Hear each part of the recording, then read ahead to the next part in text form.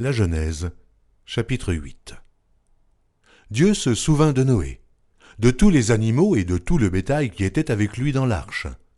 Et Dieu fit passer un vent sur la terre, et les eaux s'apaisèrent. Les sources de l'abîme et les écluses des cieux furent fermées, et la pluie ne tomba plus du ciel. Les eaux se retirèrent de dessus la terre, s'en allant et s'éloignant, et les eaux diminuèrent au bout de 150 jours. Le 7e mois, le 17e jour du mois, l'arche s'arrêta sur les montagnes d'Ararat. Les eaux allèrent en diminuant jusqu'au 10e mois. Le 10e mois, le 1er jour du mois, apparurent les sommets des montagnes. Au bout de 40 jours, Noé ouvrit la fenêtre qu'il avait faite à l'arche. Il lâcha le corbeau qui sortit, partant et revenant jusqu'à ce que les eaux eussent séché sur la terre.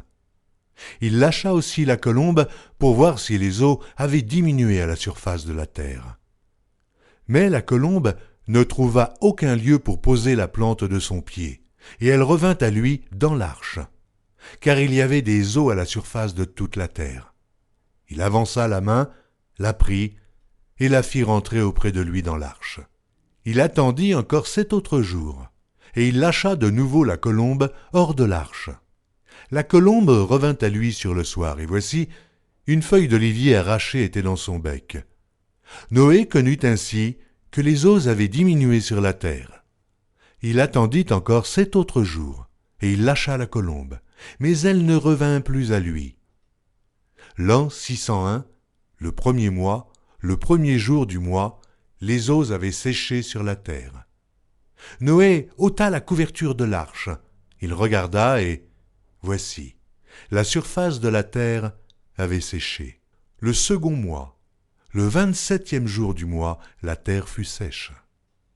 Alors Dieu parla à Noé en disant « Sors de l'arche, toi et ta femme, tes fils et les femmes de tes fils avec toi. Fais sortir avec toi tous les animaux de toute chair qui sont avec toi, tant les oiseaux que le bétail et tous les reptiles qui rampent sur la terre. Qu'ils se répandent sur la terre, qu'ils soient féconds et multiplient sur la terre. » Et Noé sortit, avec ses fils, sa femme et les femmes de ses fils.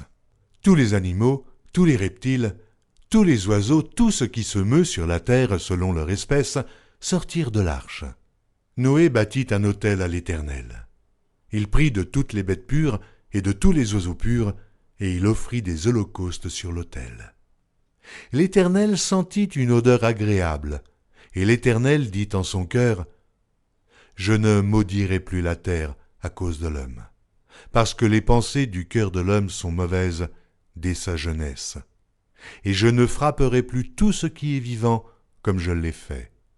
Tant que la terre subsistera, les semailles et la moisson, le froid et la chaleur, l'été et l'hiver, le jour et la nuit ne cesseront point.